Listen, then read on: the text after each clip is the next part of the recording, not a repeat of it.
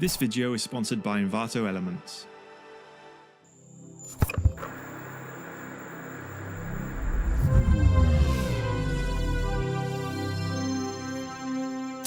So we did it. We hit 100,000 subscribers. I'm blown away by what an awesome community we have here, and I massively appreciate everyone's support and belief in this channel. To celebrate hitting 100k, I've something a little different planned for June, so keep an eye out for that. For this week's video, I wanted to see how difficult it would be to replicate the composition and style found in some of my past work, specifically my digital paintings, and to see if I could replicate this using only stock photos. But before we speed things up, let's give it up for the sponsor of this week's video, Envato Elements.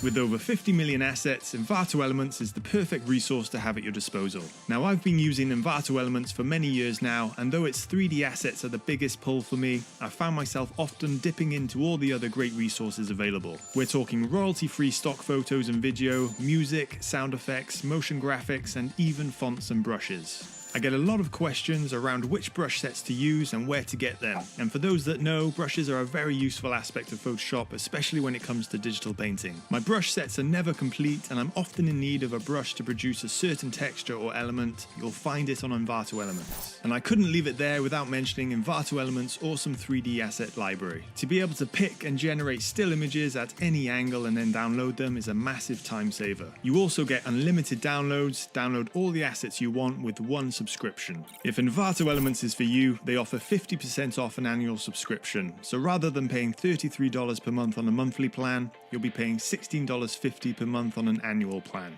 I'll drop a link in the description below. If you enjoyed the video, then please like and leave a comment, subscribe to the channel, and hit that bell to stay notified about any new content. Okay, let's run it.